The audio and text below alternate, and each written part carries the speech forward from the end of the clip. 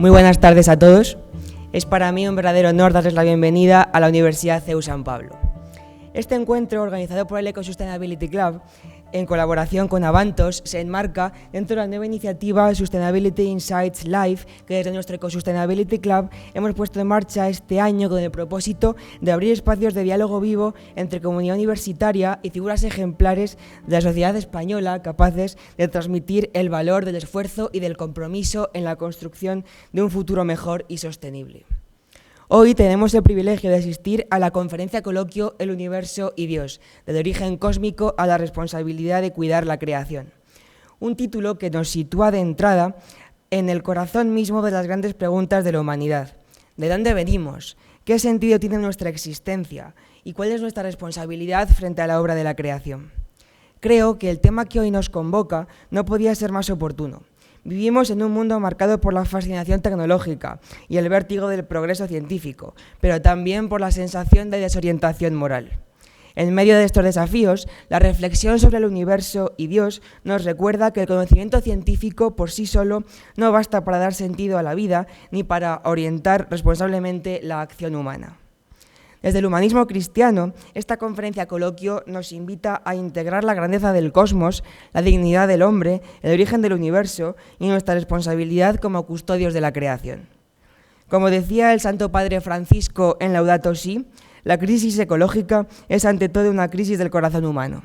En este contexto, detenernos a pensar sobre el universo no es un lujo intelectual, sino una urgencia moral. Nos obliga a reconocer con humildad que somos criaturas en un cosmos inmenso, pero también administradores de una tierra frágil que nos ha sido confiada.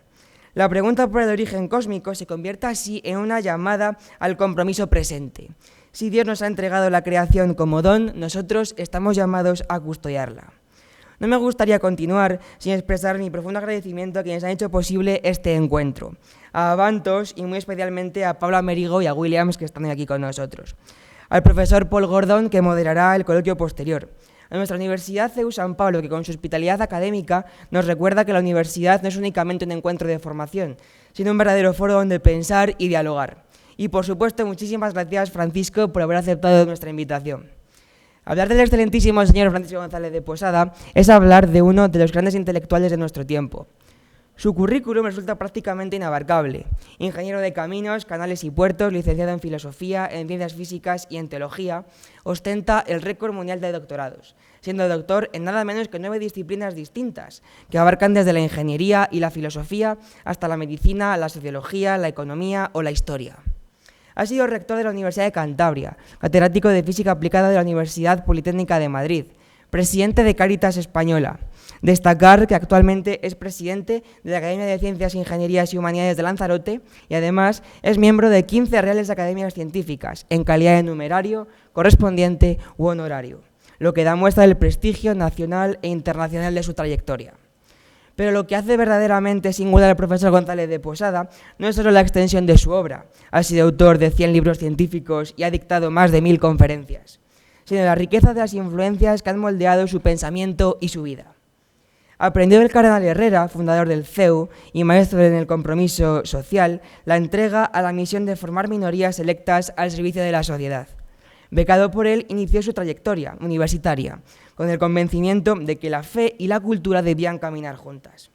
De la ciencia recibió también luces decisivas, del físico Heisenberg el principio de la incertidumbre y de Schrödinger las contribuciones que cimentaron la mecánica cuántica y la termodinámica. Del filósofo español Zubiri tomó su visión sobre la esencia del hombre, siempre abierta a la trascendencia. Convencido de que la física es motor de la humanidad, sostiene que el universo está escrito en el lenguaje de las matemáticas y que unidas, física y matemáticas pueden acercarnos a la comprensión de Dios. No teme disentir en su manera de pensar la relación entre ciencia y religión, porque está convencido de que ambas pueden acercarnos a la comprensión de Dios.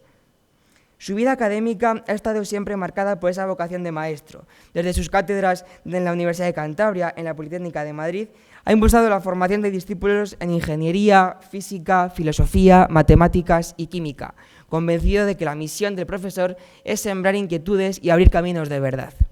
Al mismo tiempo, ha denunciado con claridad el retroceso de valores de nuestro tiempo, la pérdida de la honestidad, de la solidaridad, del sentido del deber y del reconocimiento al trabajo bien hecho. Frente a esta deriva, su vida y obra son un testimonio de que la grandeza intelectual no está reñida con la sencillez, el servicio y la fe. Por todo esto, presentar en unos minutos a una personalidad de su talla es tarea imposible.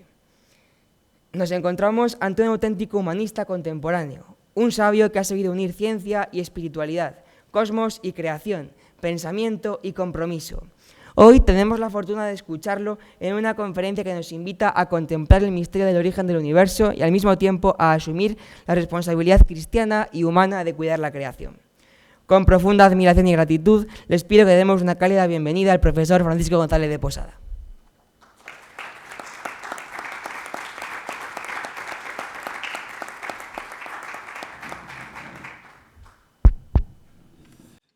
Muchas gracias, querido Felipe. Desde mi perspectiva, me limitaría a decir vanidad de vanidades. Desde la tuya, pues han mostrado un inmenso cariño que sabes que es recíproco. No me ha impuesto una tarea inabarcable. El universo y Dios, y por si fuera poco, me pidió que le añadiéramos del origen cósmico a la responsabilidad de cuidar la creación. Esta era la idea capital, en la que nos vamos a centrar con un conjunto de consideraciones básicas que faciliten el diálogo o que lo compliquen, porque ciertamente en 45 o 50 minutos no podemos profundizar en casi nada. Bien, las primeras palabras yo quisiera dedicarlas, como no, al cardenal Ángel Herrera Oria, mi mentor, mi maestro y el que orientó nuestros primeros estudios universitarios, y ante el dilema que nos presentaba a los considerados miembros de la Escuela de Ciudadanía Cristiana, allá por los años 60, en sus comienzos, pues nos ofrecía que teníamos que hacer, aparte de nuestras carreras elegidas, en mi caso ingeniero de caminos, canales y puertos, una de las que llamábamos suyas. Y las suyas eran dos que no se podían hacer de manera civil, de manera normal, en la Universidad Española, porque en el régimen anterior pues no se podía ser ni licenciado en Sociología. Había una escuela de grado medio de Sociología en Barcelona, no distribuida, ni periodismo. Faltarían todavía unos 10 años para que después se hicieran la actual Facultad de Ciencias del Periodismo en la Complutense. Bien, yo elegí Ciencias Sociales y desde ahí pues se entronca pues este conjunto de cuestiones que Felipe ha estado exponiendo. Mi gratitud y reconocimiento sobre todo en este centro, el CEU, que creó él, el cardenal Ángel Herrera, antes de la Guerra Civil, en el año 33. Lo nuestro, o ese otro mundo al que me refiero, Instituto Social León XIII, Colegio Mayor Pío XII, Salón Juan XXIII, Residencia Obrero Pío XI, etcétera, es de los años finales 50 y primeros 60. Bien, nuestro universo. Vamos a centrar esta idea.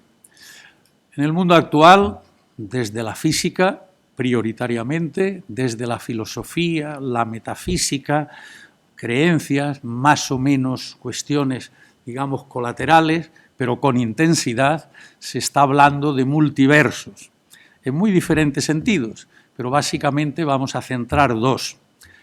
La hipotética realidad, o la ficción, de que existan universos paralelos al nuestro y coexistentes con el nuestro. Ya estoy hablando del nuestro sin haberlo todavía caracterizado. O bien, otros que nos están, nada menos que el último gran premio Nobel de física y el único que se le ha dado el premio por sus concepciones teóricas, pues habla de universos sucesivos o de que nuestro universo es un eón dentro de los múltiples eones u universos sucesivos, unos preexistentes y otros posexistentes en su caso, al que vamos a llamar nuestro universo. Bien, en consecuencia, estamos tratando directamente un problema de suma actualidad.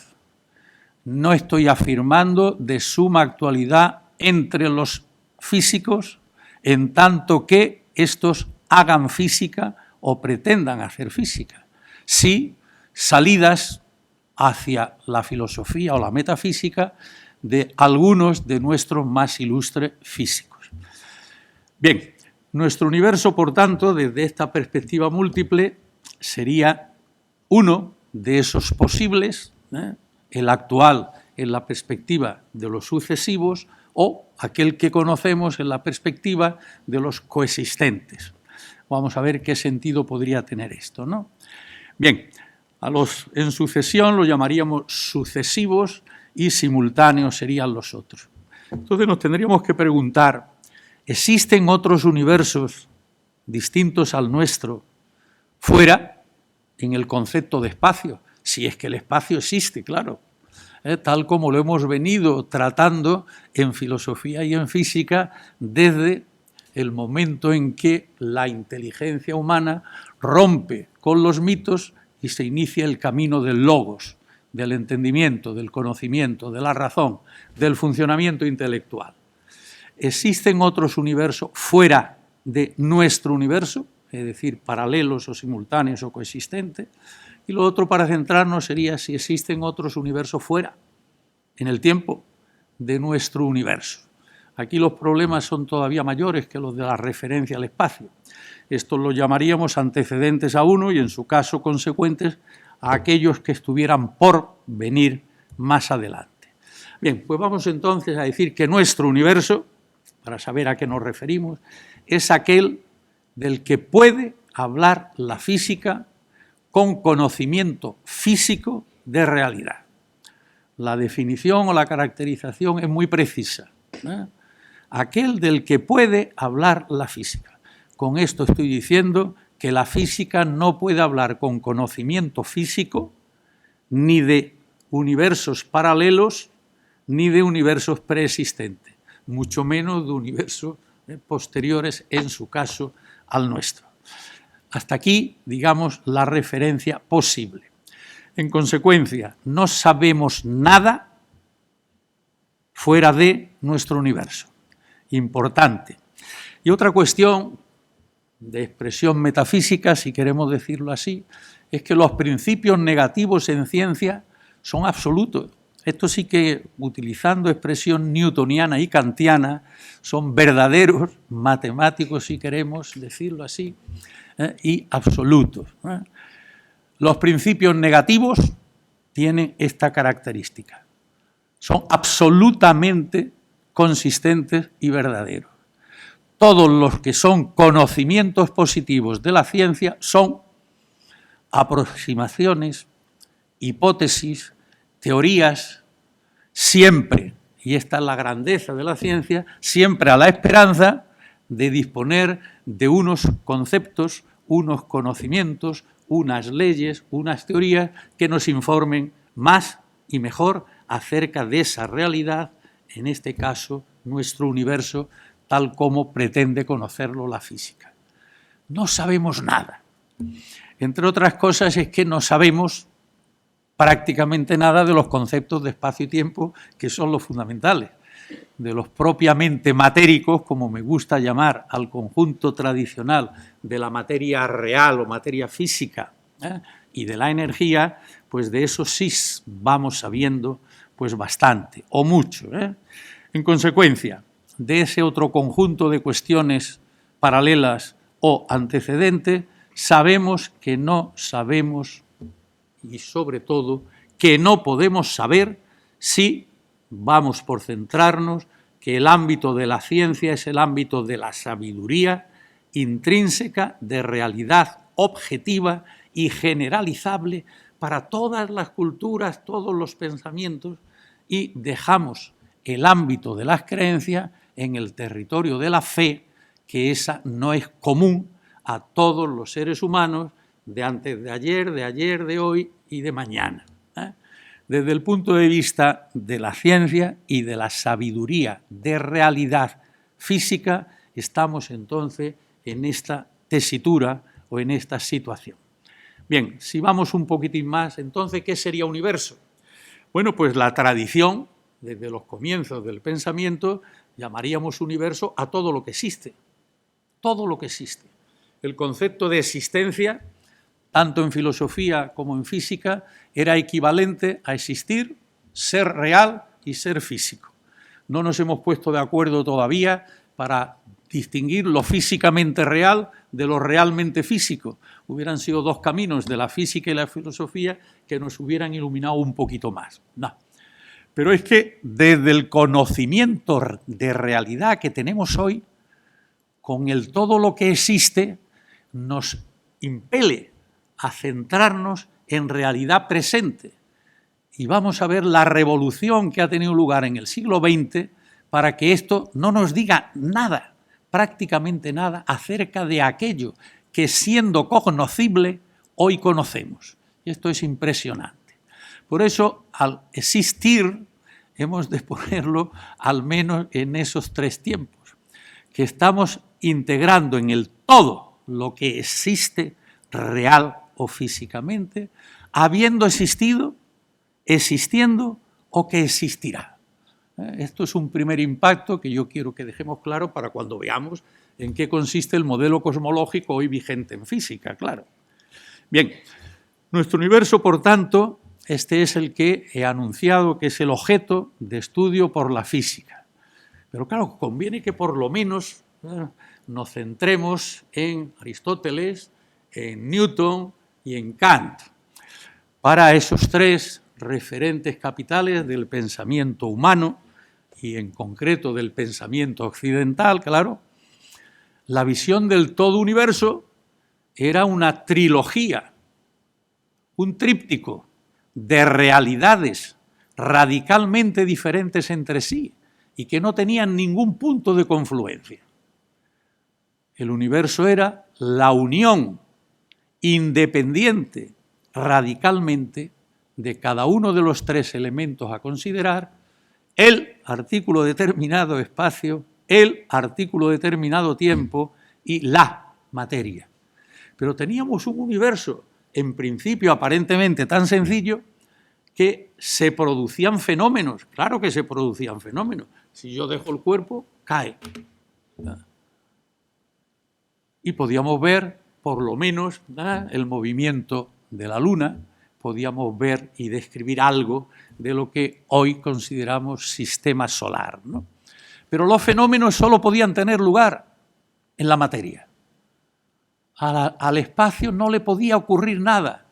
Si prescindiéramos aquí del espacio y estuviéramos en el vacío, y fuera esto un algo parecido al espacio, a eso le daría igual que este objeto estuviera aquí.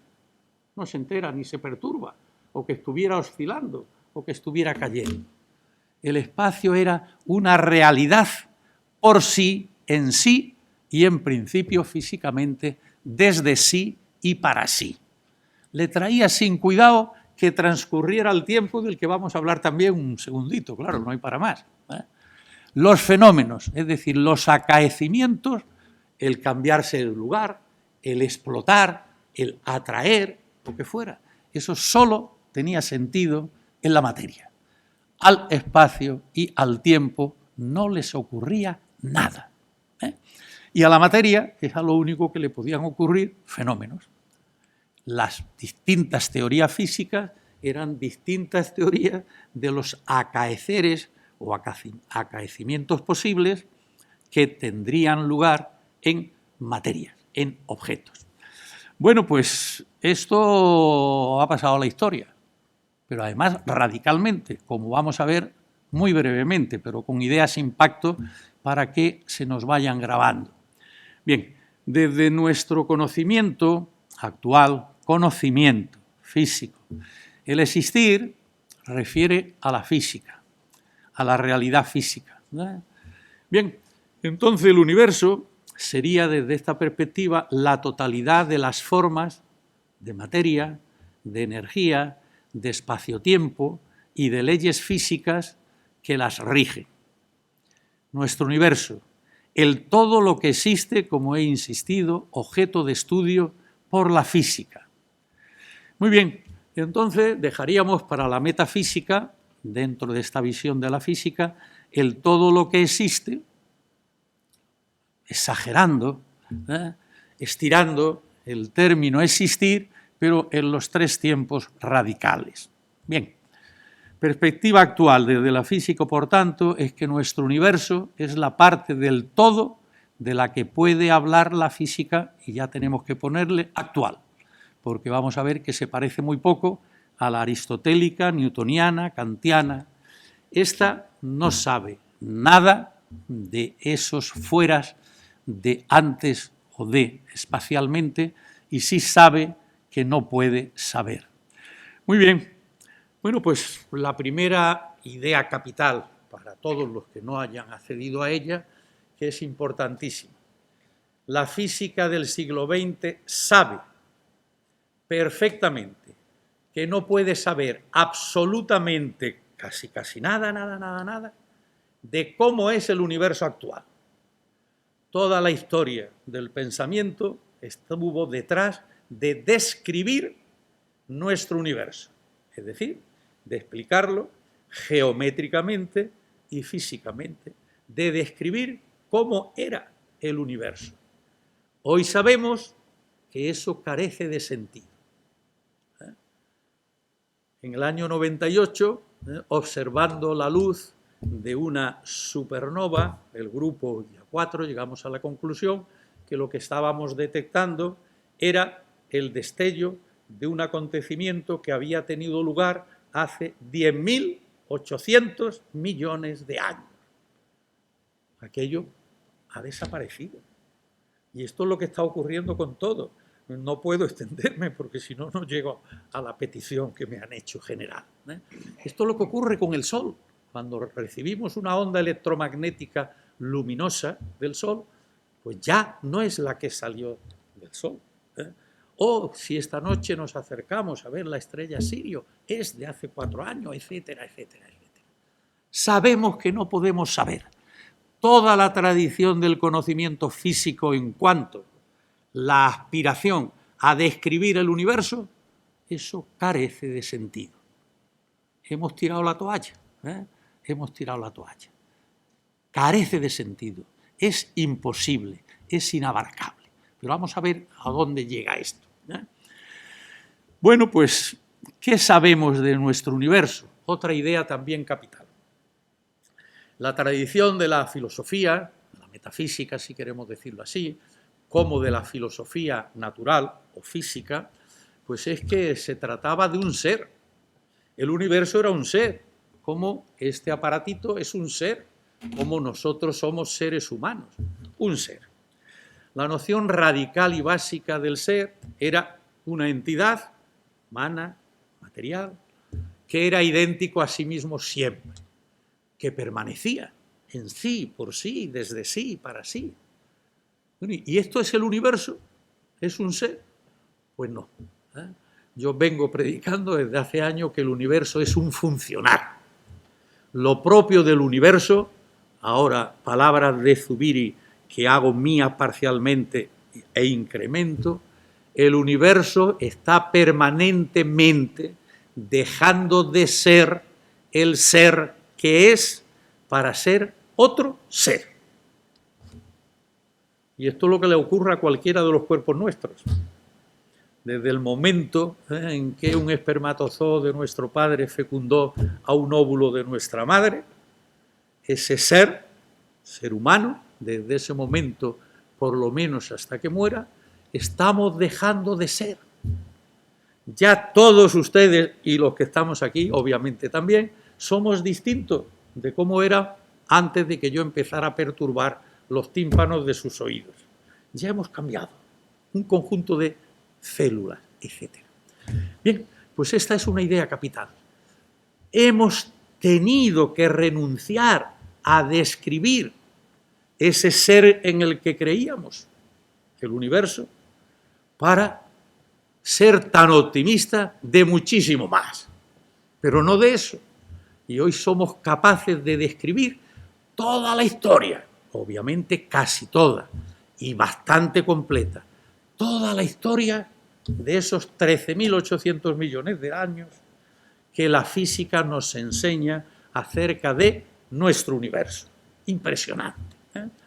y lo que ha estado haciendo el universo desde ese momento. Vamos a seguir en física, luego pasamos a la teología, desde ese momento inicial, siendo distinto, cada vez más grande, en ese crecimiento unas veces con pendiente del crecimiento negativo, ahora últimamente, más o menos desde la constitución del sistema solar, hace unos 5.000 millones de años, pues aceleradamente en su expansión. Está permanentemente dejando de ser el que era y además cambiando su naturaleza intrínseca en cuanto a su constitución matérica y a su constitución energética. Así que aunque esto pueda parecer muy raro, en español tenemos la suerte de disponer del sustantivo ser y del verbo ser, que yo he manipulado en esa expresión. No tenemos lo equivalente al funcionar. Yo espero que antes de 50 años ya podamos decir algo análogo, motivado por nuestro conocimiento acerca de todas las realidades, no solo de la realidad universo. Es un funcionar, no es un ser. Bien, pues vamos entonces a continuar.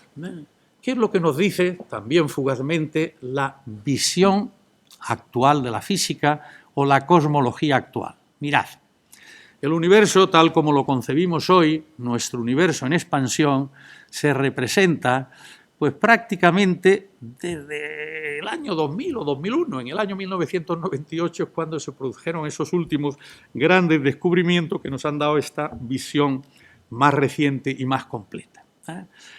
Vean ustedes, tiene esto. Bueno, como es muy sencilla, la línea, el eje de esa figura de simetría axial, simetría cilíndrica, pues quiere decir que el eje vertical hacia arriba es el transcurso, el devenir del tiempo. Un devenir del tiempo que ha nacido en un punto esencial de esa trayectoria, que es lo que se llamó, la historia es preciosa también, Big Bang.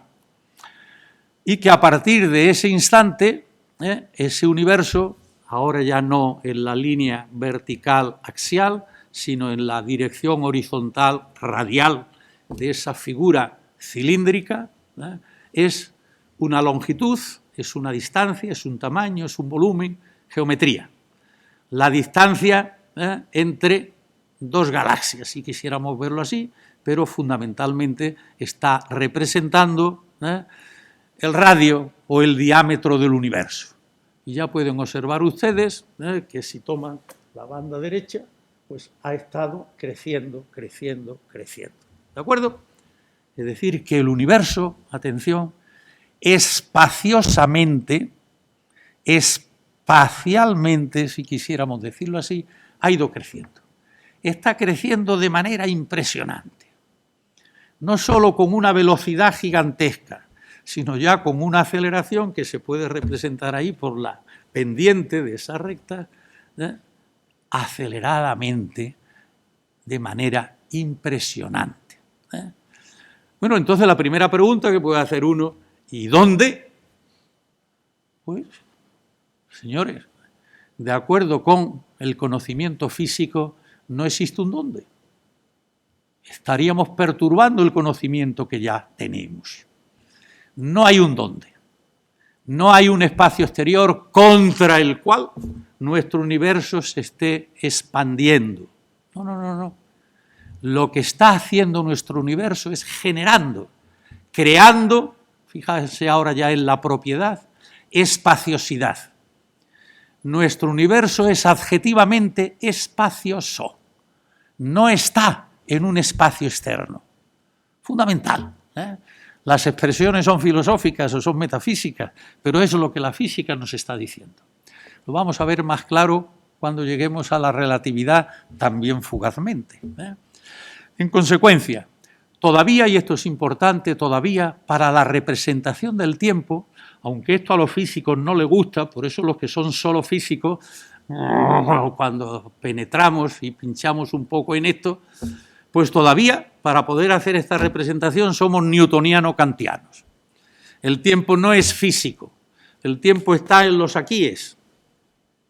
Es la representación formal a priori de Kant o el tiempo absoluto, verdadero y matemático de Newton, al que ahora nos referiremos para ver qué significa dentro de esa tradición del tiempo esta nueva significación de la temporeidad o de la temporalidad a la que nos invita y nos obliga a pactar con ella, a entenderla, el conocimiento actual.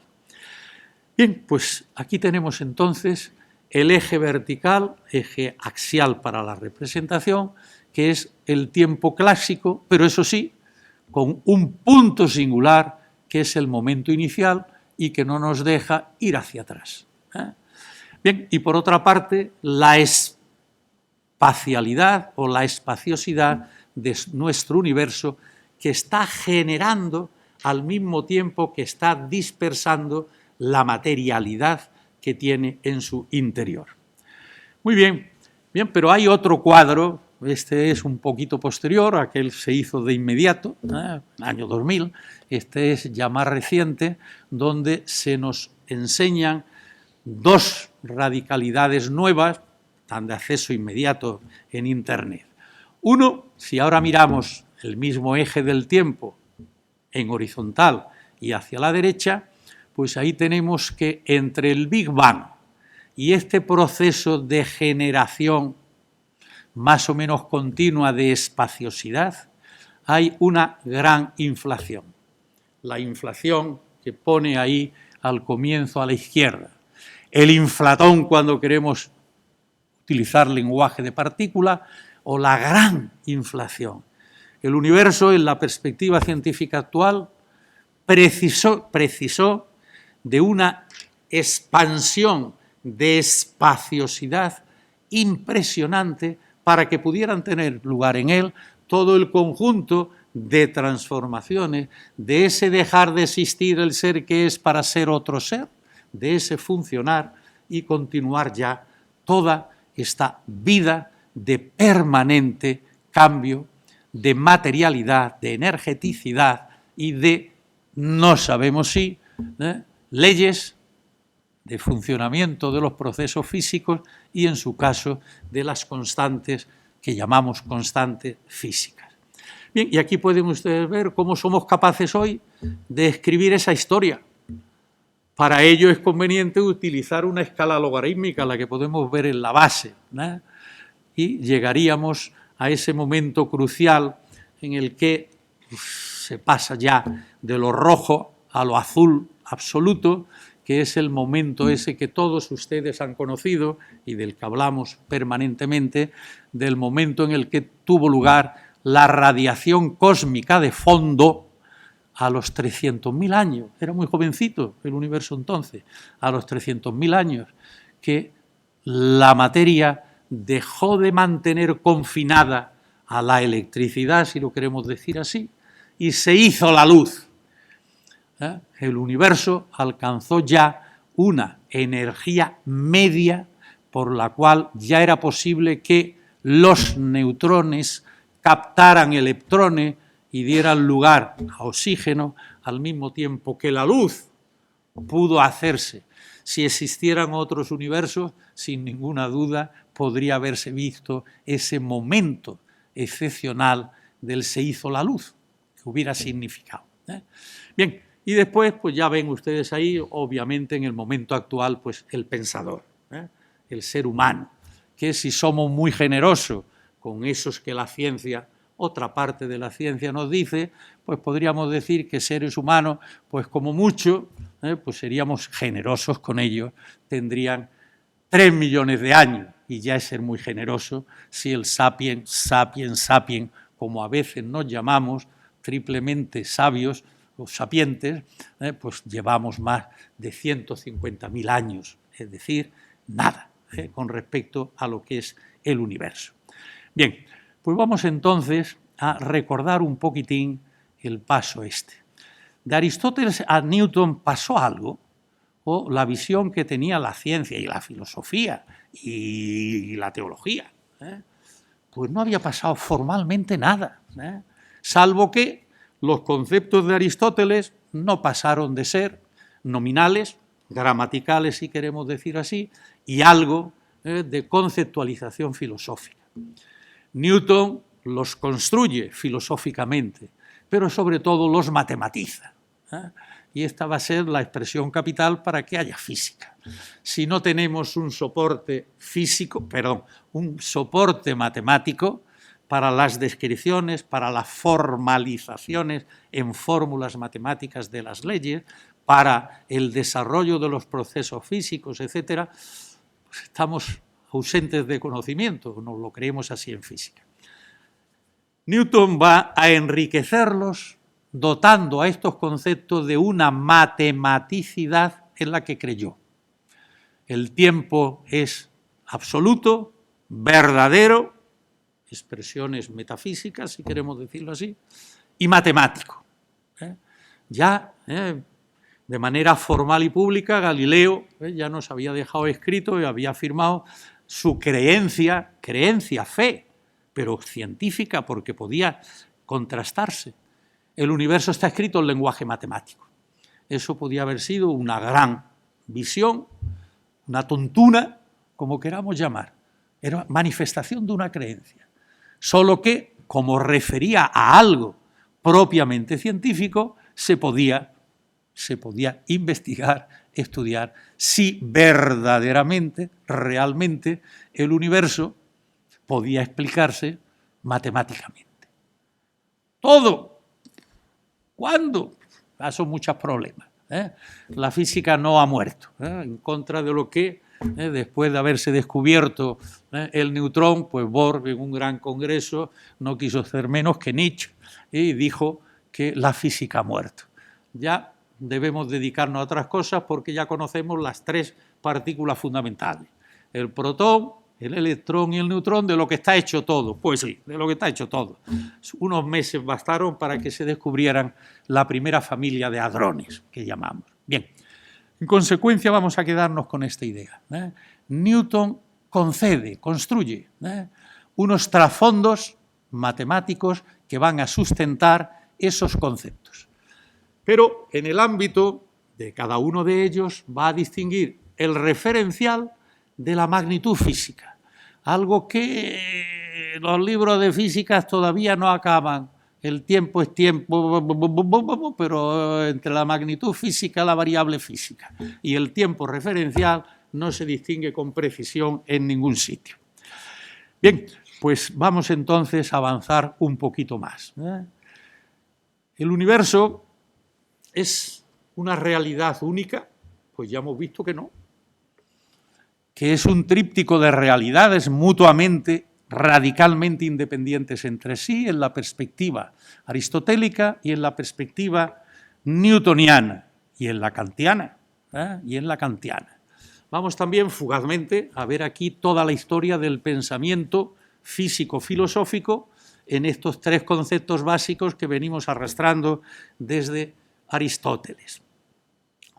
Para Newton, tiempo, espacio y materia, como para Aristóteles, eran tres realidades físicamente independientes, realmente existentes, pero cuya intersección, hablando en terminología matemática de la teoría de conjuntos, era el conjunto vacío. Tiempo, intersección, espacio, aristotélico o newtoniano, conjunto vacío, nada. Tiempo y materia, unión, conjunto vacío. Intersección, conjunto vacío. No había nada que los ligara. Uno para estar en él y el otro, el tiempo, para que la materia deviniera a lo largo de su proceso de transcurso, como le gusta citar a Zubiri.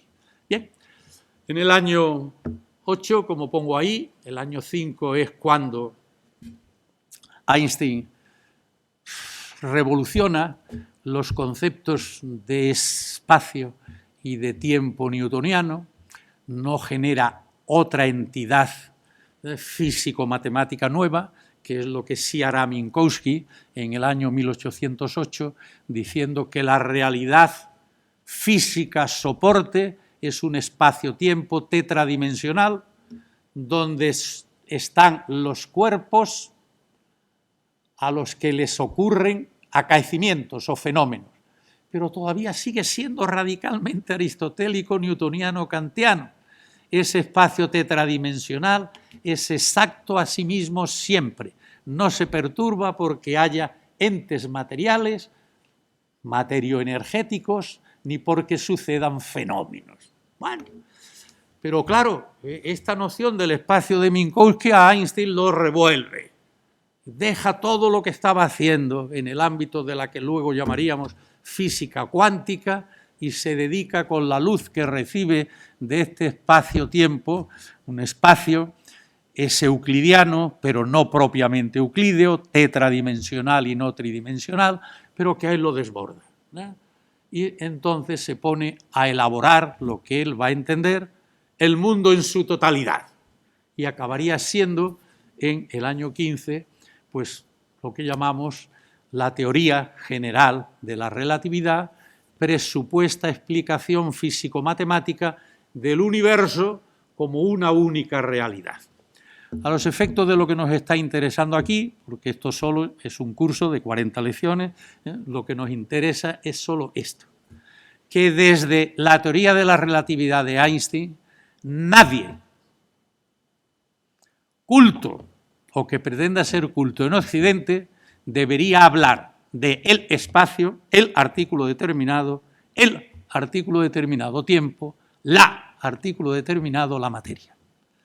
Han dejado de existir en el panorama de la física, de la realidad, como tales.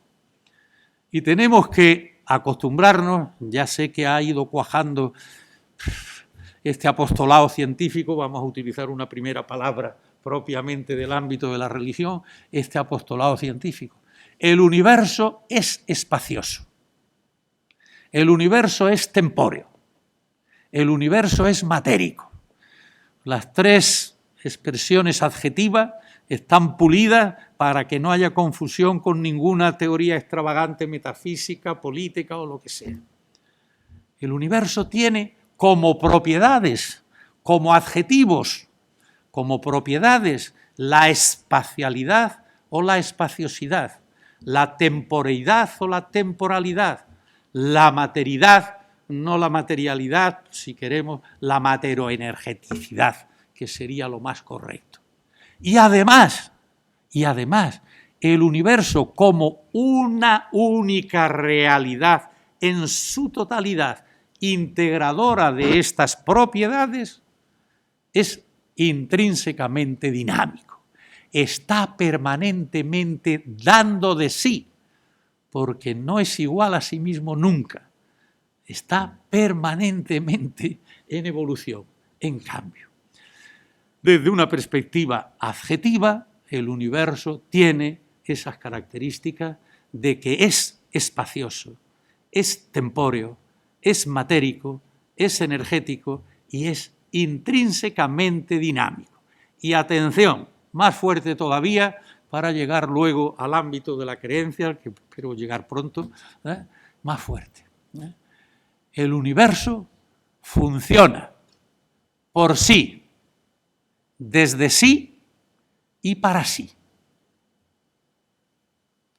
Y si el universo no nos enseñara cómo él es desde la ciencia, pues entonces sí que todos los físicos dejaríamos de ser físicos. ¿A qué nos vamos a dedicar a algo carente de sentido?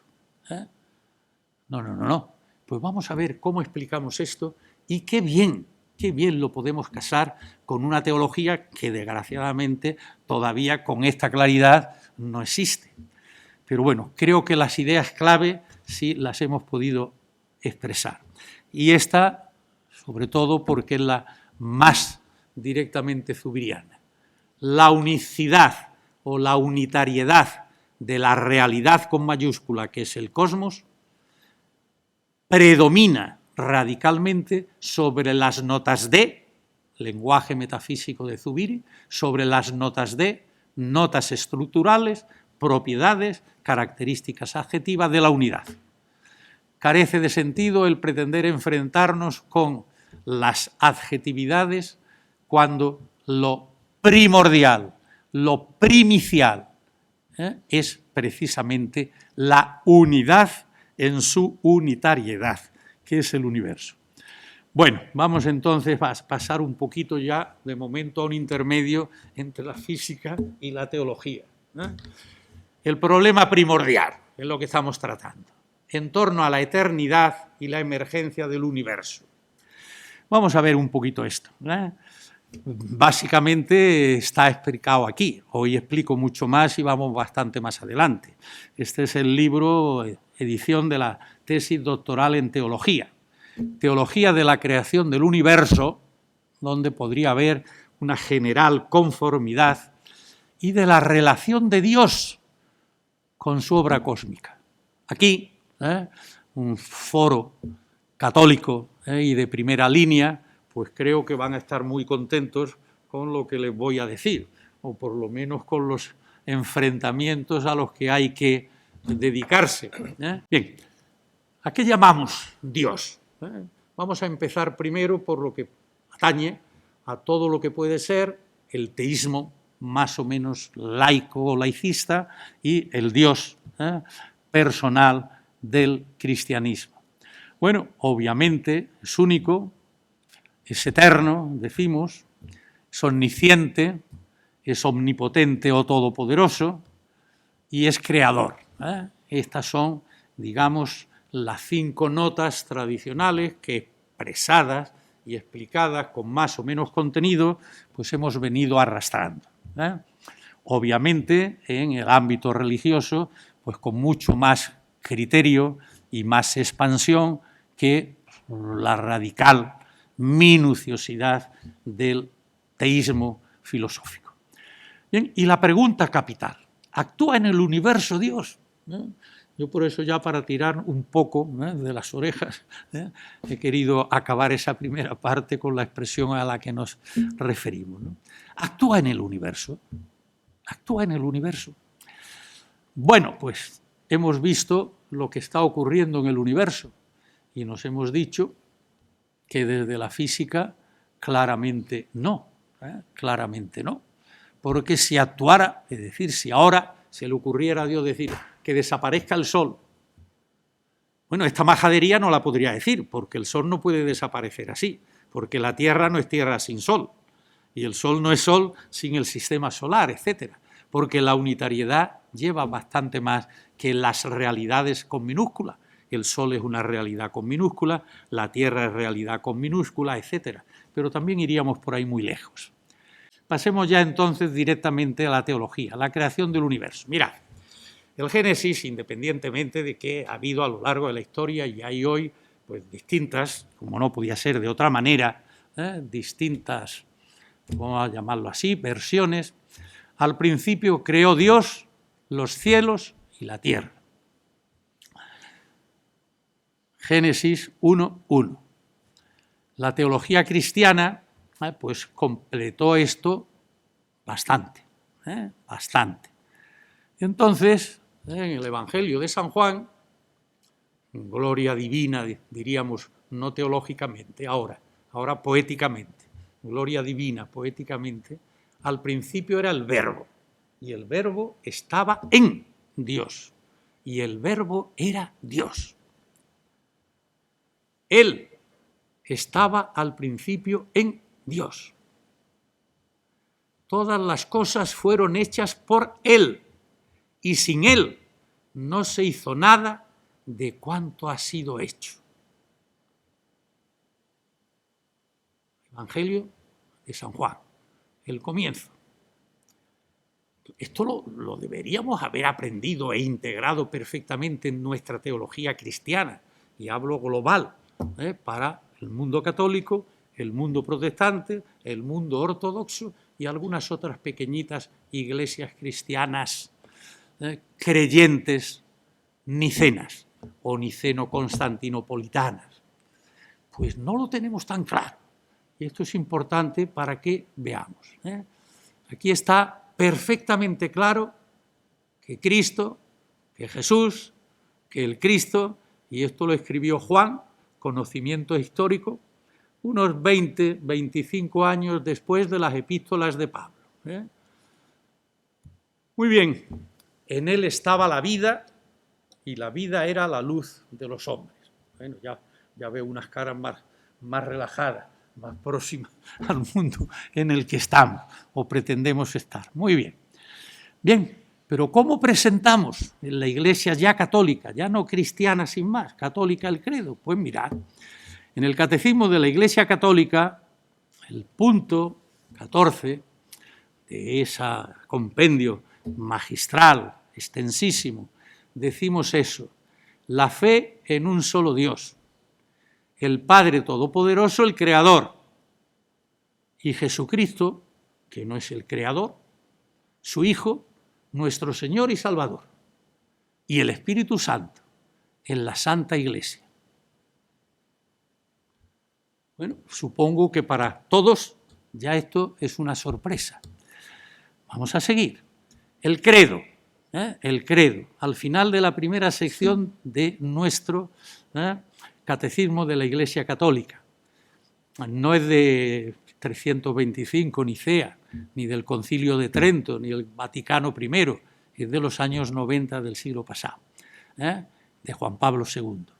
El credo, al final de la primera sección, y como prefacio de la segunda sección, pues mirad, nos ponen en 2 columnas los 2 tipos de credo de que disponemos formalmente en la Iglesia Católica.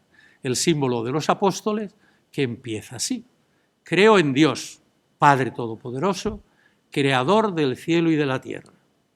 Y sigue: creo en Jesucristo, su único Hijo, nuestro Señor.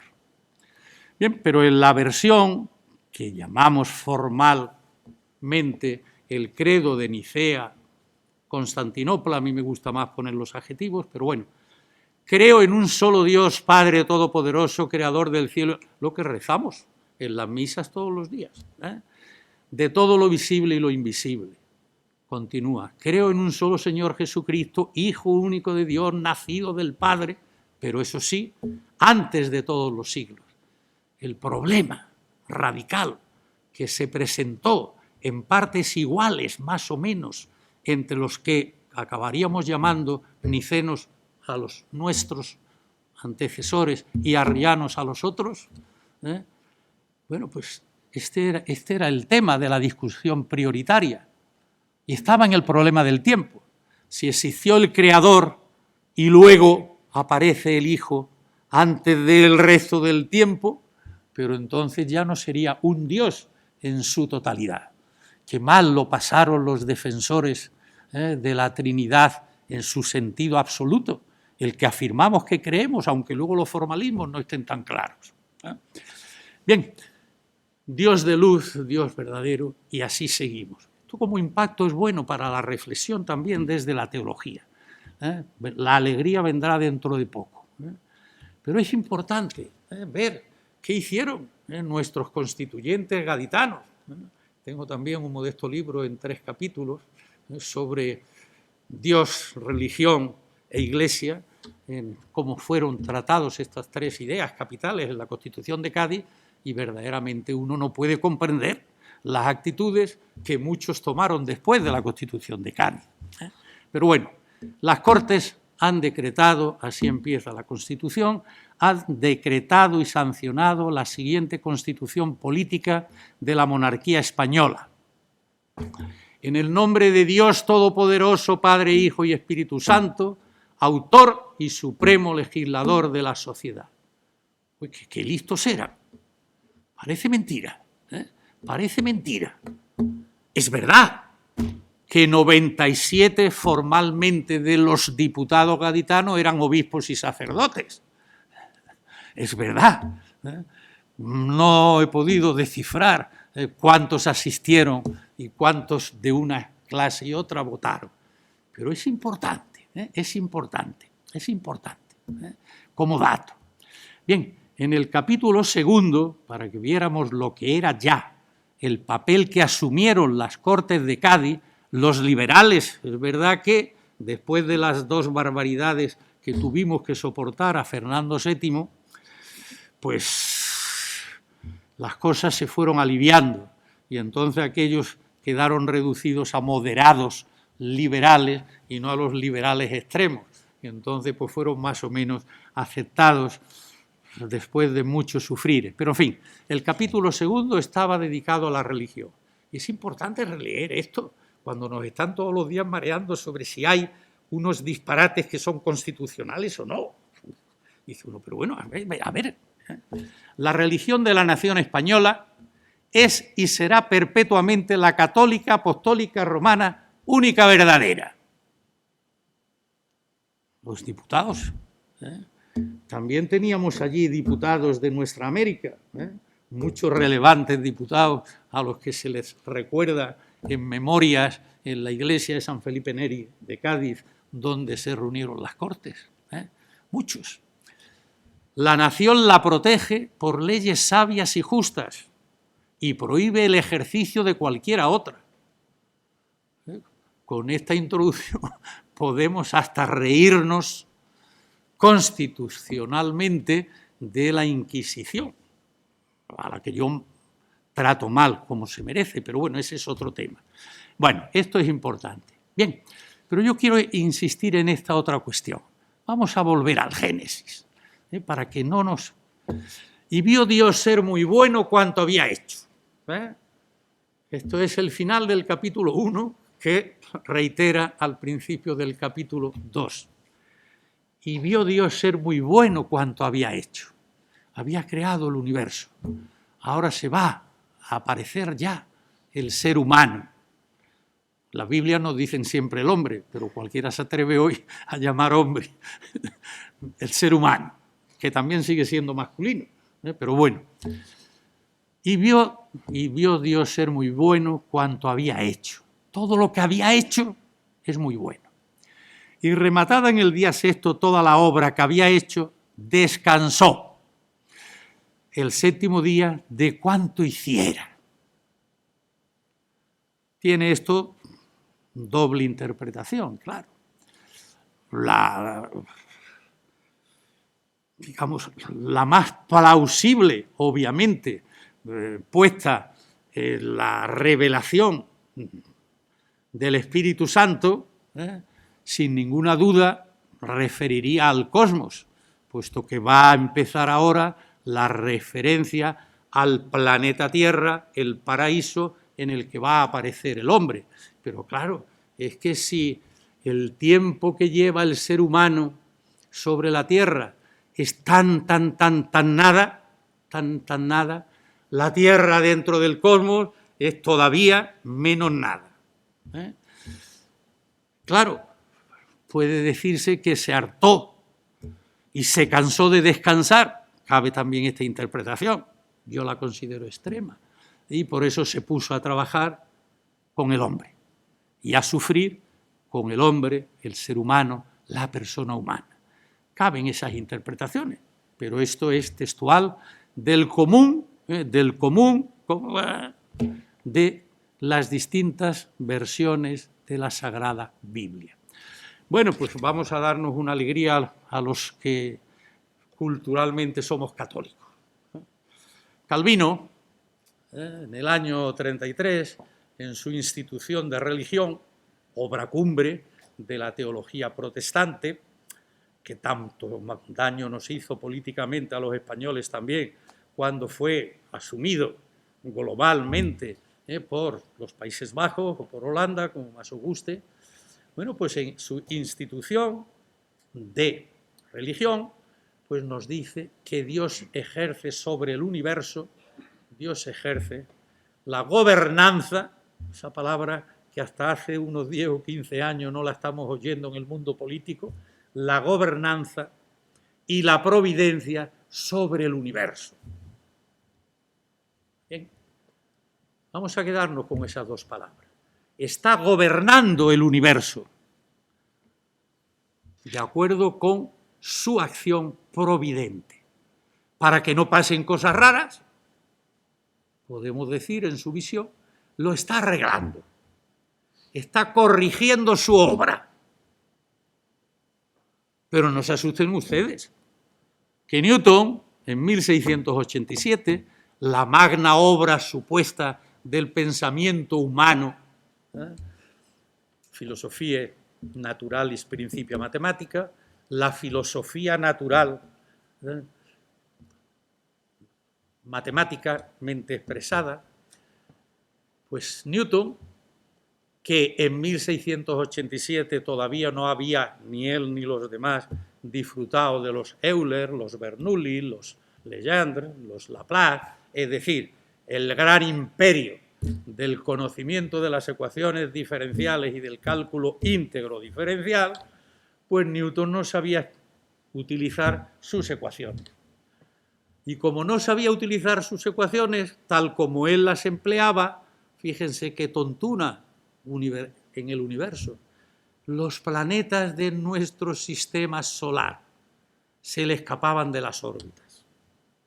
Y Newton, que era en ese momento calvinista, que pocos años después se haría arriano para no introducir más conceptos de historia del cristianismo, pues le pareció maravilloso lo que le ofertaba Calvino. Y como los planetas se le escapaban de las órbitas, pues tuvo una opción enormemente sencilla. Seres celestiales, ángeles, arcángeles, tronos, dominaciones, serafines, querubines, salid todos al vacío a colocar los planetas otra vez en sus órbitas. Esta es la física de Newton, esta es la religiosidad. Hoy por lo menos, lo que hace pocos años no, si entran ustedes, como tienen todos teléfonos, Newton, y ya verán cómo todos lo definen ya hoy en Internet, físico, teólogo y ya luego detrás matemático, lo que sea. Ya ponen detrás de físico, teólogo. No está mal, ¿eh? Luego sería todavía más, pero no lo podía. Era el director, el jefe, el dueño, por una parte del Trinity College y por otra de las finanzas del Reino de Inglaterra. Bueno, eso es, por tanto, lo que penetró radicalmente en el mundo protestante. La gobernanza y la providencia. Pero esto no penetró, obviamente, en el mundo católico. Estamos libres, si queremos decirlo así, de tener que someternos a estas dos capacidades que indudablemente Dios las tiene, pero que no nos entran por lo menos como científicos. Evidentemente, si hemos decretado en nuestra concepción de Dios que es todopoderoso, pero eso sí, la todopoderosía no es del Padre, es de Dios, que para nosotros es Padre, Hijo y Espíritu Santo, es Dios Trinidad. Esto es muy importante, muy importante. No tenemos todos hechos los deberes, todavía nos quedan muchos pendientes por hacer. Y lo verdaderamente importante es que podemos ir casando conocimiento con creencia, pero a condición de que estemos dispuestos a que la creencia también podemos pulirla. También podemos pulirla. Bueno, la creación del hombre sería el último punto al que me invitó aquí, querido Felipe, para que por lo menos pudiéramos llegar, no hay tiempo de nada. Formó Yahvé Dios al hombre y le inspiró en el rostro aliento de vida. Y fue así el hombre ser animado. Aquí nos vamos a encontrar con otro concepto capital en la historia del cristianismo y de otras religiones asiáticas, entre otras. Pero bueno, a lo nuestro. Perspectiva religiosa. Vamos a empezar por aquí. El alma. Bueno, el alma es un concepto platónico, que no aparece en ninguno de los textos bíblicos. El alma, ni como expresión término lingüístico, ni como desarrollo conceptual. Pero sin ninguna duda tenemos ese magistral tratado de Agustín de Tagaste, Agustín de San Agustín, como lo queráis llamar. Porque para él, como buen estudioso y sucesor en medida importante de Platón, ya en el siglo XIII, en los tiempos de nuestra escolástica, Santo Tomás, el otro pilar que teníamos ya medieval, sería aristotélico cuando el mundo árabe, musulmán, nos recupera la figura y los textos de Aristóteles. Bien, pues para Agustín, lo que todos los de mi generación y algunos de los siguientes, hoy ya no sé si sí, espero que aquí sí, espero que en esta casa sí, pues el alma tenía unas características, unas propiedades, unas potencias. Y entonces estudiábamos en los catecismos de la niñez entendimiento o inteligencia, memoria y voluntad. Eso eran 3 características del alma, que radicaban, 3 potencias le llamábamos prioritariamente. Bien, perspectiva también religiosa, y esto sí me interesa destacar, porque todavía, por mucho que quiso Juan Pablo II, no hizo lo suficiente. Y en el año 10, al celebrar los 500 años del nacimiento de la astronomía instrumental y de Galileo, pues no fue capaz la Iglesia romana de que el Papa de ese momento fuera el que presidiera la misa galileana o de homenaje a Galileo, sino que la dejó para un cardenal. Lamentable, pero así fue. Bien, el ser humano para Galileo, y así es como se presenta a defender, no a él, que en ese momento era la tesis o la visión copernicana, que Dios es el creador de todo lo que existe y que al hombre lo ha hecho libre, inteligente y responsable. Bueno, y esto es, y consecuentemente expresa Galileo en su proceso y en sus obras.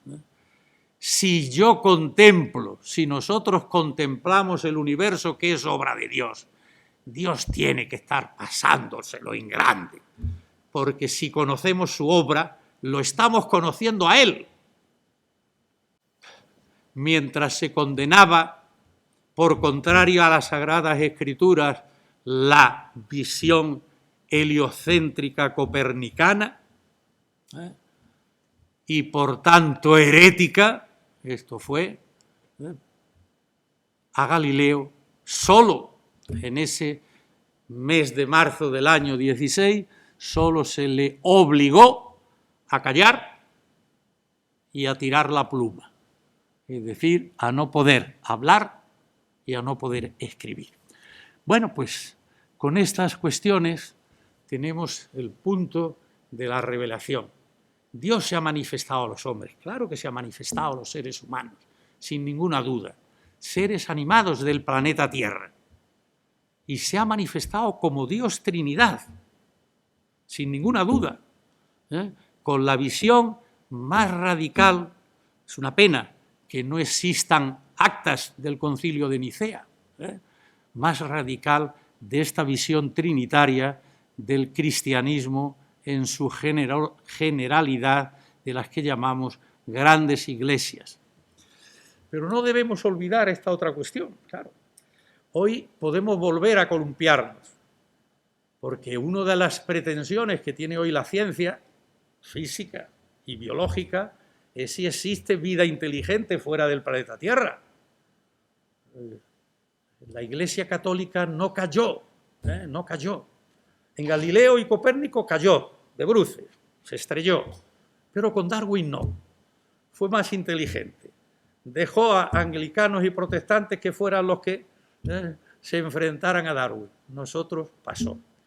Pero hace falta que este principio, que no va contra nada, pero no lo tenemos claro, lo tengamos. Dios se manifiesta si quiere, cuando quiere y como quiere y a quien quiere. Muy importante, es muy importante este principio teológico. Tenemos que sacarle punta. El Hijo como Cristo Redentor y el hombre como cuidador de la tierra. Vamos entonces a no olvidarnos de esto. Trabajarás con el sudor de tu frente. Esto fue digamos, la máxima, digamos, la expulsión del paraíso. Vamos a iniciar el mundo humano en el planeta Tierra. Trabajarás con el sudor de tu frente. El trabajo en la doctrina de la Iglesia, un cuatrimestre entero, Monseñor Guy Ferrere, antes y durante su condición de obispo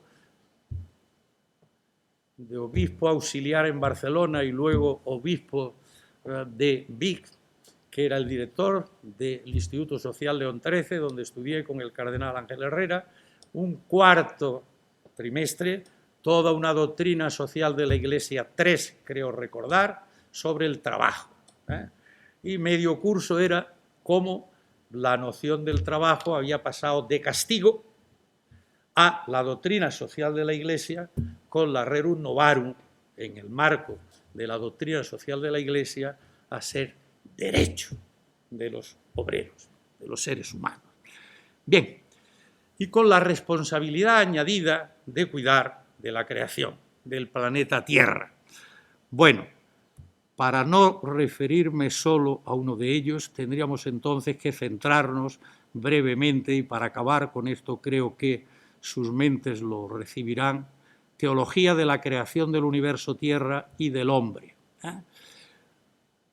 Francisco, al que también has referido en tu presentación, pues nos ha aportado nada menos que esto. La doctrina social de la Iglesia, hoy he recibido aquí una alegría, pero de primerísima magnitud. En la Pontificia de Salamanca y en el Instituto Social León XIII se han acabado las enseñanzas formales y universitarias de doctrina social de la Iglesia, y en los últimos años, hace ya varios, se atendió solo a las últimas tesis doctorales que ya se habían presentado. O lo que es lo mismo, desaparición absoluta de la doctrina social de la Iglesia como concepción disciplinar y como carrera.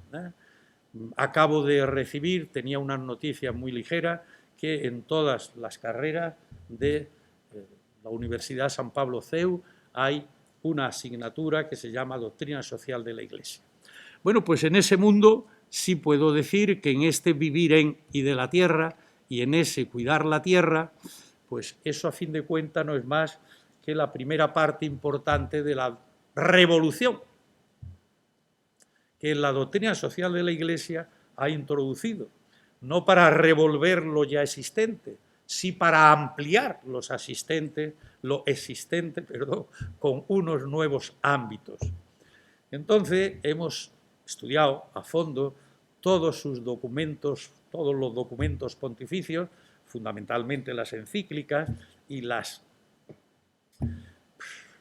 todo lo más importante. Pero bueno, fundamentalmente las dos encíclicas capitales, la que llamo dedicada al mundo planeta, la Laudato Si, donde hay una revolución radical por ampliación y por complementación de lo que hasta ese momento ha faltado y que el conservadurismo más extremoso de la filosofía cristiana, es verdad que mayoritariamente protestantes norteamericanos han venido arremetiendo contra él y contra esta encíclica, es la Laudato Si.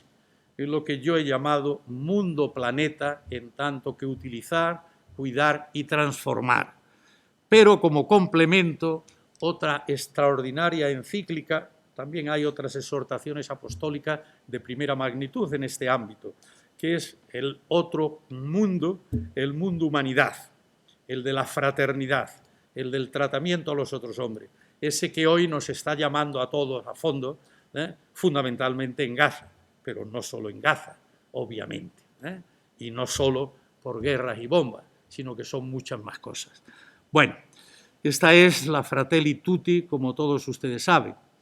Bien, yo he reinventado la exhortación apostólica última, el último gran documento, que es con lo que me presenté en la Real Academia de Ciencias Veterinarias y que las tienen ustedes en la red. Pero, en fin, la noción de revolución como complemento de la doctrina social de la Iglesia. Bueno, como yo sabía que no iba a tener tiempo de mucho, Pues sí os traigo la portada, que creo que fue obra tuya, la portada de la tesis doctoral en economía que su padre y mi director de la tesis esta, pues dirigió, del paradigma tecnoeconómico al capitalismo inclusivo en el magisterio pontificio de Francisco. Hagan fotos, tomen nota y vayan a Teseo, que ahí la tienen entera, es decir, que no hay ningún secreto. En consecuencia, pues muchísimas gracias y me doy por bienvenido. Gracias.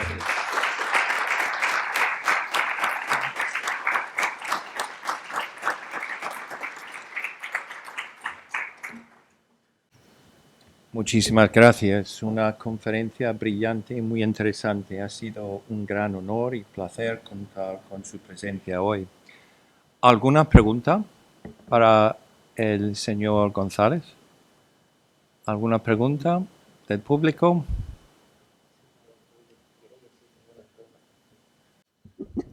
Bueno, antes que nada, doctor González, muchas gracias por su ponencia. La verdad que bastante ilustrativa, pude aprender y creo que muchos aquí también pudieron aprender y es realmente un placer escuchar a un sabio. Dicho lo cual, tras escuchar la ponencia y estar bastante atento, me surge una pregunta de cómo deberíamos entender o concebir a Dios. Como creador del universo, aquello de lo que conocemos y lo que vamos a conocer, y o como aquello que da sentido a esa creación. Yo creo que las dos cosas son compatibles, son perfectas y es lo que venimos haciendo y se hace en la Iglesia Católica. En ese sentido, si puedes, en la línea de apertura a esta expresión que he utilizado ahí, de que debemos estar prestos ante la posibilidad de que tengamos encuentros de seres inteligentes, obviamente no van a ser seres humanos, solo faltaba, pero en fin, pues que sepamos que Dios se manifiesta si quiere, cuando quiere, como quiere y a quien quiere. Que haya en ese universo tan impresionantemente grande que Él por sí, no he podido seguir ampliando el tema, cuando desde la física decimos que el universo funciona por sí, desde sí y para sí, sin necesidad que se le esté dando cuerda o se le esté empujando, lo que estamos en física afirmando es que Dios, lo tenéis en la tesis, claro, Dios hizo también su universo, para los no creyentes, en la hipótesis de que exista Dios con esas características y fuera el creador, lo hizo tan bien, que no necesita estar haciéndolo todos los días de nuevo. Esto no ha entrado todavía. Ese es el punto central de la tesis doctoral. El universo está tan bien hecho porque Dios no creó esas cositas que podemos creer que existen. Le puso leyes y puso esas otras cuestiones que llamamos constantes universales y le dio ya el orden en cuanto, al menos, creencia religiosa y potencialidad en conformidad perfecta con lo que es la visión actual que la física tiene sobre el funcionamiento del universo. Que no hay que tener miedo, que lo que hay, ahora me refiero, que desde la física no hay ningún miedo a seguir investigando. El día que llegara miedo, pues todos los físicos dejarían de haber miedo, evidentemente, ¿no? Si esto por sí se quedara aquí, en vez de caerse por la acción de la gravedad de la Tierra, yo mañana me desapuntaba como físico, si no le puedo explicar ni la ley de la gravedad a mis alumnos. Pero en la otra acera ya hace falta que no nos columpiemos más. Esta es la cuestión, es decir, estar abierto, que todo lo que tenemos es perfecto, pero no completo. ¿Por qué? Pues porque el universo que creemos es obra de Dios nos está iluminando, nos está enseñando cosas que no sabíamos. Muchas gracias. ¿Alguna pregunta más? ¿Usted? Como tú dices, no es que me haya dado ideas, sino que es que crea ideas. La mente se expande igual que el espacio se expande. ¿Cómo eso que has dicho que el espacio no existe? Lo que existe es la espacialidad del universo, es una propiedad del universo, es una propiedad que está siendo continuamente. El universo es dinámico y se me ha ocurrido que no es exactamente que sea dinámico, sino que la creación continúa. No fue que hubo un momento de la creación y luego ya el tiempo siguió una vez creado. No, el tiempo no existe. Lo que ocurre es que la creación empezó, quizá, o quizá existió siempre, pero está existiendo. No sé si me explico, no sé si tiene eso cabida en tu conceptualización físico-teológica, pero tengo la impresión de que la creación está siendo continuamente. Estamos metidos en el proceso de la creación. Espera, y estamos metidos además con una cosa que dice el Génesis, y es lo de que Dios creó al hombre a su imagen y semejanza. Y yo pienso, digo, ¿en qué nos parecemos a Dios? Y empiezas a darle y digo, hay una cosa puede ser, en la creación, creatividad. Dios creó todo lo que existe y nosotros los humanos somos los únicos animales que estamos empeñados en crear artificial. Todo lo que existe es natural y artificial. Todo lo que nos rodea ahora mismo aquí es artificial. Quiero decir, hecho por el arte. Alguien lo ha hecho. Los humanos somos creadores, bueno, a su pequeña escala artificial. Pero no sé, coméntame algo sobre la creación como un proceso continuo. Vamos a ver. ¿Está bien dicho eso? Creo que Luis González de Rivera fue creado en su instante germinal.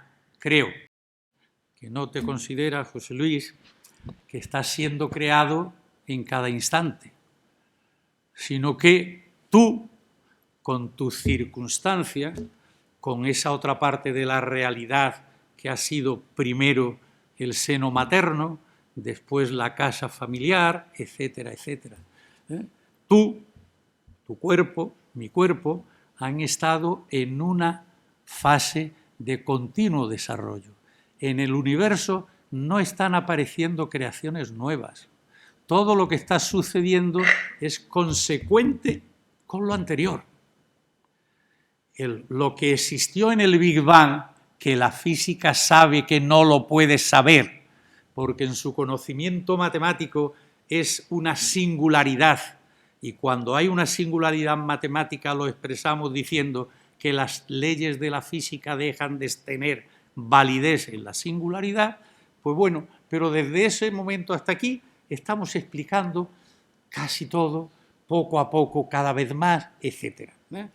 El universo no está creando novedad, el universo está, en función de las leyes de que fue dotado, sometido a esos procesos intrínsecos que nos hace ver que la dinamicidad es la que está generando novedad.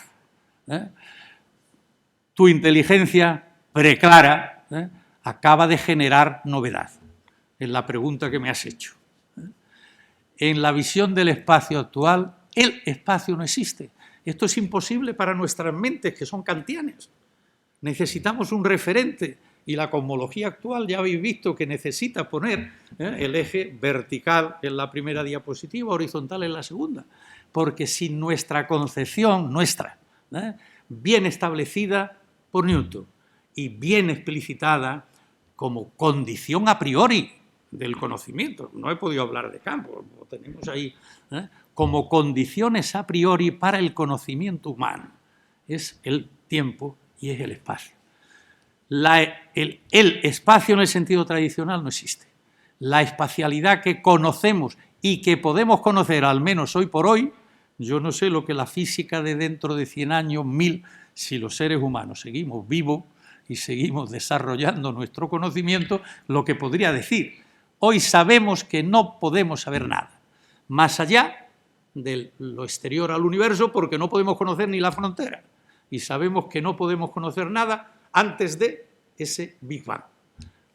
Es preciosa la teoría de mi admirado amigo Roger Penrose sobre los universos sucesivos y su creencia que él, que además no consta que haya mirado nunca, suponiendo que hoy se mirara por los grandes telescopios, haya sido el primero en detectar semillas de un universo preexistente, es lo que nuestros telescopios actuales nos enseñan después de ese momento crucial de los 300.000 años.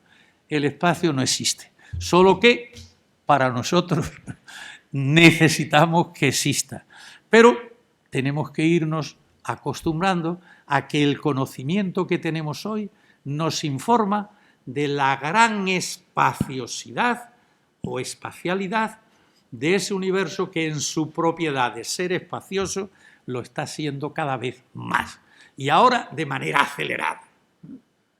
El ahora son en sus últimos 5.000 millones de años de existencia respecto a los 13.780, 13.800.000, 13.800.000, que es lo que estamos manejando, ¿no?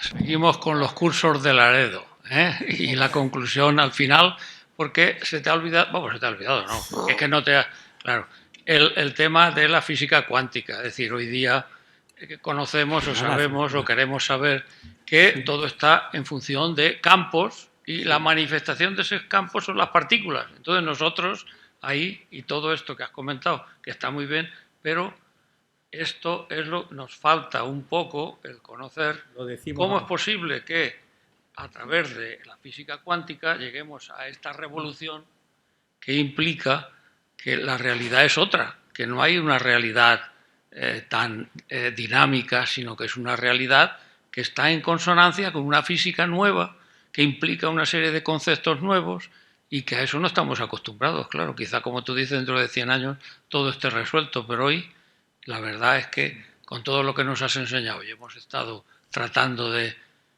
imaginar, nos cuesta mucho llegar ahí, en base a esta nueva física.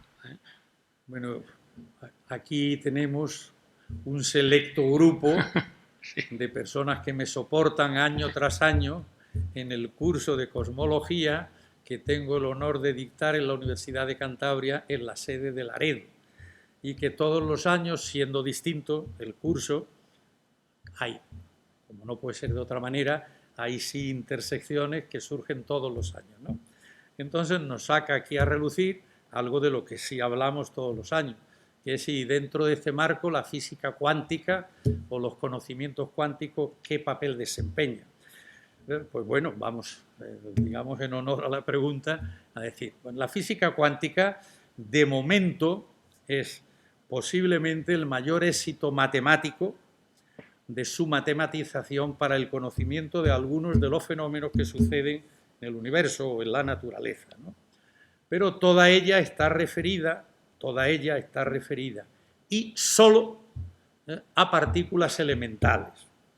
Y se llega con alguna dificultad a los átomos menos pesados e incluso a la molécula de hidrógeno. Poco más allá. Poco más allá. Se están haciendo intentos. Esto con respecto a lo que significa conocimiento para las visiones cosmológicas a las que me refiero, es prácticamente nada. Pero es fundamental, esta es la clave, es fundamental en ese momento inicial post-Big Bang,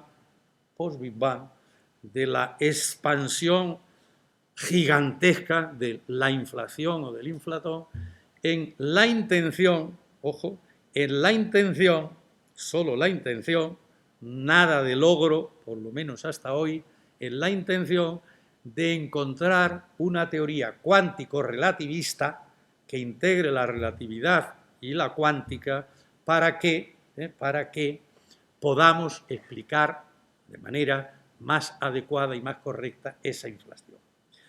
Pero, sin embargo, hay otro aspecto de la física cuántica que sí puede interferir más con la teología, que supongo que no te dirigías a porque no hemos hablado nunca de teología en los cursos que presentamos como física, pero que ahora en tu honor lo podemos sacar. Querido Pepe, la cuántica, mucho más que el operacionismo o operacionalismo matemático tan rico, y que creo haber sometido finalmente en este verano, en mi descanso santanderino, para presentarlo como nueva y definitiva tesis doctoral en esto, Es mucho más su visión filosófica que la impresionante riqueza matemática para explicarnos esos fenómenos. ¿Y dónde está la riqueza? Pues la riqueza es muy sencilla, que desde Aristóteles a Einstein no ha cambiado nada el trasfondo filosófico de la física. Es una física continuista y es una física determinista. Aristóteles, Galileo, Newton, Maxwell, Einstein, todos ellos, las magnitudes físicas que manejan son reales o funciones reales de variables reales, continuas. Y así son todas las magnitudes. Y las leyes, todas, son deterministas. Aristóteles, Galileo, Newton, Maxwell, Einstein y todos los que ya no nombro. Todo, dada una causa, se produce necesariamente un efecto. Esas son las manifestaciones filosóficas trasfondo de toda la física. Pero claro, ahora viene un algo más. La metafísica se conforma con eso. Pero la física, que sabe más, y esto sí me lo has oído en alguna ocasión, dice, dada una causa expresada en una determinada cuantía, se produce necesariamente siempre este efecto de esta cuantía. Esto ya es impresionante. Bueno, pues eso es la física clásica. Pero ¿y la física cuántica cuál es su trasfondo filosófico? Como muy bien sabes, pues está, por una parte, el indeterminismo o la indeterminación y, por otra parte, la noción de probabilidad. Entonces, aquí las preguntas, que de momento no están en el ámbito de la teología, si hacemos un seminario de teología podríamos ir avanzando, claro. La naturaleza en sí, ¿es necesariamente determinista o no? Esto no lo sabemos. El físico cuántico te dice, pero sin que vaya el asunto más para allá, en tanto que físico, el que además sea medio filósofo, ya eso es otra cuestión, te dice, es que la naturaleza no tiene por qué ser determinista. Bueno, ¿y eso de la probabilidad qué es? ¿Eso es para un granuja? ¿Eso es para el que juega al parchí, que debajo del 1 y del 2 ponga un poquito de plomo en esos punzamientos para que me salga siempre 5-6, 5-6, 5-6 y sea yo el que gane la partida? A lo mejor es que Dios, que está actuando en el universo, pues tiene los dados trucados. Porque lo que no sabemos, por lo menos todavía, es de ese campo que la física cuántica nos ofrece, nos facilita, como distintas posibilidades de finales de procesos o de fenómenos, qué probabilidad tiene cada uno de ellos y cómo se va a producir uno, el otro, el otro, el otro. Y en el cómputo general, cuántos van a ser de una naturaleza y cuántos de otra, porque ni siquiera sabemos con generalidad en qué se produce. Pero así como en la física hoy por hoy el asunto está bastante resuelto, a la espera de que se encuentre o no un cierto grado, no aspiremos a más, un cierto grado de compatibilidad de ambas teorías, yo entiendo que es imposible desde las dos radicalidades filosóficas, pero esto desde la filosofía, pero sin embargo en la teología sí podría seguir profundizando en esa divergencia entre el protestantismo calvinista, sobre todo, y digamos el catolicismo. Ahí sí, muchas gracias porque creo que ha venido muy a cuento. Yo no sé si gracias. ¿Alguna última pregunta? Buenas. Bueno, lo primero, muchas gracias por su exposición. Se me ha escapado un poco porque, claro, la física, a mí que soy estudiante de economía, me queda un poco compleja, pero sobre todo quería lanzar una pregunta al aire que entiendo que no podrá responder, pero quiero saber su opinión, porque comentaba que si existieran esas civilizaciones extraterrestres no serían humanos, pero si al final Dios nos ha creado, yo he pensado, alguna vez pensando sobre estos temas, he pensado que si existiese vida inteligente fuera de nuestro sistema solar, ¿por qué no iba a ser también de la misma naturaleza que nosotros? E incluso si podrían haber conocido también a Jesucristo, en su historia de su tierra o lo que fuere. Bueno, Gracias. vamos a ver, creo que esto sí está perfectamente implícito en lo que he transmitido, ¿eh? Vamos, si tú quieres más, yo no tengo ninguna necesidad de creer que sí o creer que no, ¿eh? En el sentido de una totalidad, pero no me crea ningún problema, más bien sería lo contrario, que no existieran otros seres inteligentes en otros planetas o lo que fuere, de otros sistemas estelares o de otras galaxias distintas de nuestra Vía Láctea. Es decir, tendría que preguntarle a Dios, cuando contemplas el resto de tu obra, estás tan aburrido que no tienes a quién dirigirte, ¿eh? No, ¿eh? Ya el que tengan que ser seres humanos, ¿eh? Pues eso ya es extraño, porque seres vivos y dotados de algo más de inteligencia, que ya cada uno puede decir si otros animales tienen algo de inteligencia regular, mucho, o si nuestros antecesores, el Homo habilis, el Homo...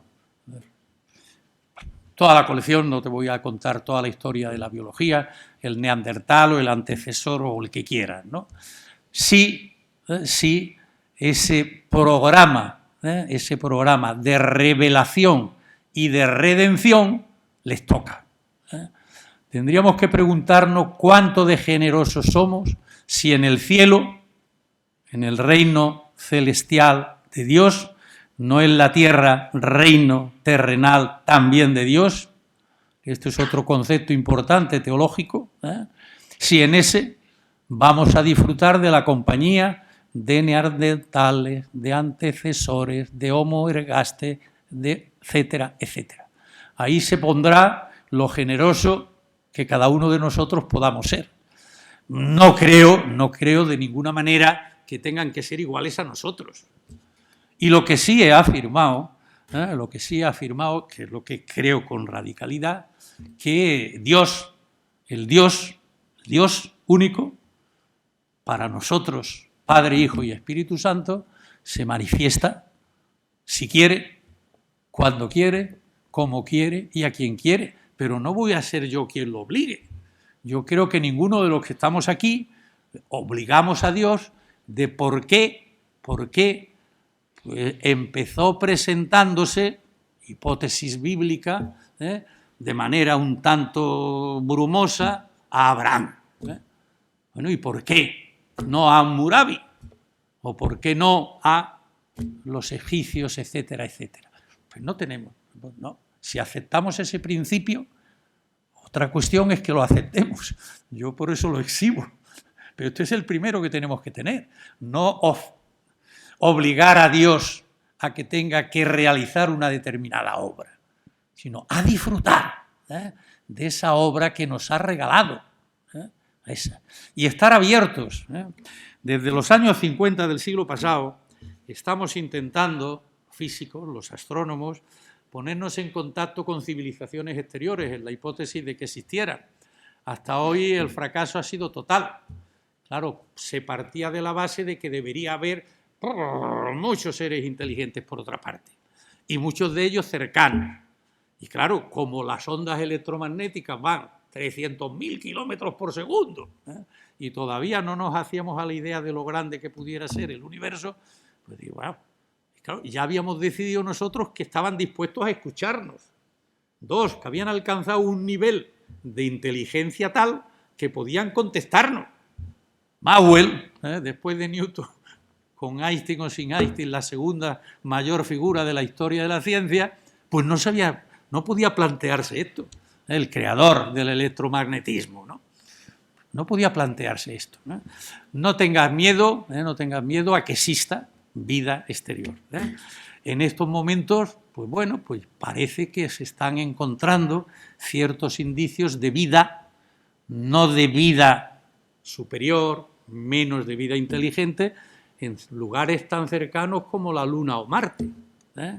Y se presupone que algunos elementos vivos, pues digamos de lo más pequeño, más primitivo que pudiera existir, pues que estén en la luna Europa o en Ganimedes o en los grandes océanos de Júpiter.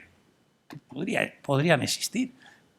Estar abiertos, no negar previamente, ni afirmar necesariamente, ni tampoco decirle a Dios, pues tienes que haber creado más seres humanos por ahí. Él hará lo que considere que tenga que hacer. Esto que te digo ahora es una ampliación, un complemento a la actitud de fe que debemos tener los creyentes en ese Dios en el que decimos que creemos. Si el asunto no es tan difícil, es que nos hemos empecinado en complicarlos. Esta es la cuestión que tenemos que liberarnos, ¿no? Muchas gracias. Damos por concluido la magnífica conferencia del señor doctor González. Y para concluir, pues yo creo que todo el mundo aquí ya lo sabe, que el doctor González ostenta el récord mundial de doctorados. Me ha contado previo a esta conferencia que ya va por el 12º doctorado, que es increíble, ¿no? Que a los que hemos alcanzado el nivel de doctor, pues nos ha costado. Y pensar que hay alguien que ha hecho ya 12 doctorados es un récord mundial. Yo creo que merece nuestro reconocimiento. Muchísimas gracias, doctor González. Ha sido un gran placer y le damos las gracias por su presencia y su conferencia. Muchísimas gracias.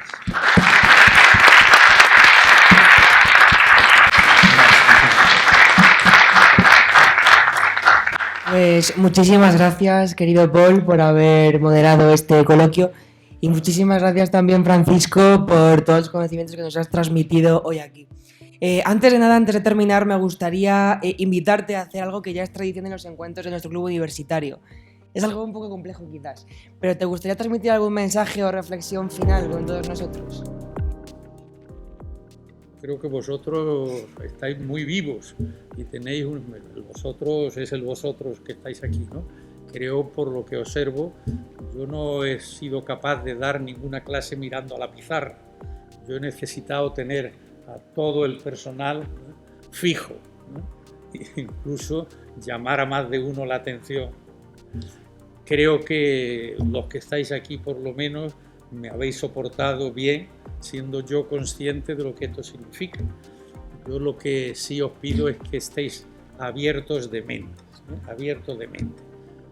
Abiertos de mente al conocimiento científico, como decimos en general, aunque pueda ser ya más fuerte hablar de ciencias económicas, ciencias filosóficas, ciencias teológicas, ciencias literarias, ya uno se pierde. Yo quiero ser doctor en sociología, no en ciencias sociales. Y quiero ser doctor en teología, no en ciencias teológicas. No admito todo ese mundo de confusiones. No. Si es que cada ámbito es cada ámbito. Cada ámbito es cada ámbito. Entonces, en el ámbito de la sociología, pues ciertamente a principios del siglo XIX, el creador de la sociología, gran filósofo entonces, quiso ser científico, o lo que es lo mismo, asumir la metodología de la ciencia para toda disciplina. Eso es un absurdo, es un absurdo.